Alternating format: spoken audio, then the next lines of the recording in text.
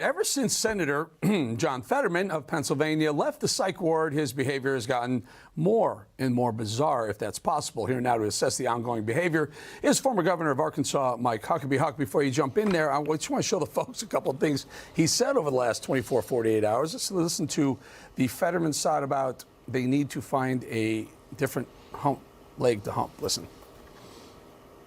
The House, the whatever they call themselves, Team America or whatever they call themselves, I just like bring your vote. Otherwise, they need to go hump a different leg. Mm-hmm. And Mike, before we jump in there, he also said that was about the Freedom Caucus. Now listen to him talking about MTG. Her platform, really, she runs on more and more ding-a-ling, picks, on in the meetings over in Congress. So again, I'm not really sure why she cares how I dress, but she really takes it a different way. All right, Mike. So here's the issue. This is the United States Senator who has now gotten Chuck Schumer, the majority leader, to relax the dress code on the Senate floor to allow the ridiculous costumes he's wearing: hoodies, basketball shorts, sneakers. What's happening? What do you think, Mike?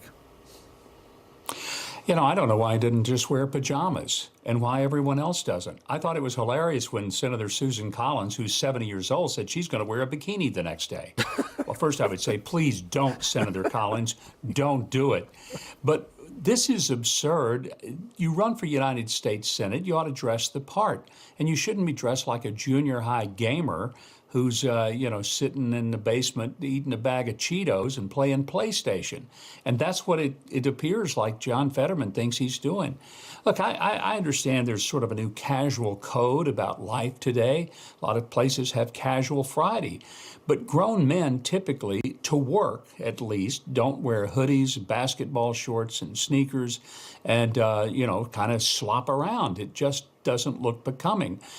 And I think he ought to put his big boy pants on and realize he ran for the U.S. Senate, not for student council in the 7th grade.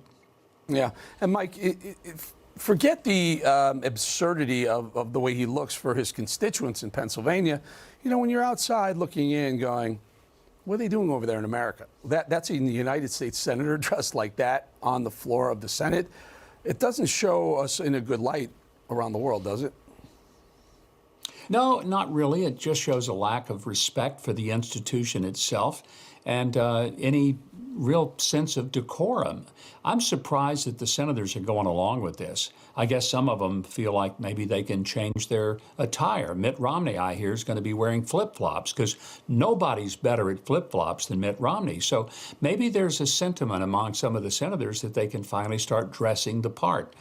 But in all seriousness, Eric, why would 100 members of the Senate, in this case 99, capitulate to one who just decides for reasons that don't make sense that he doesn't want to dress like a grown-up? I don't get it. I don't get it either, and that flip-flop comment was hilarious, Mike. And also, what it is? It's vote blue no matter who, vote red until you're dead. Even something as ridiculous as wearing basketball shorts, sneakers, and a hoodie on the Senate floor.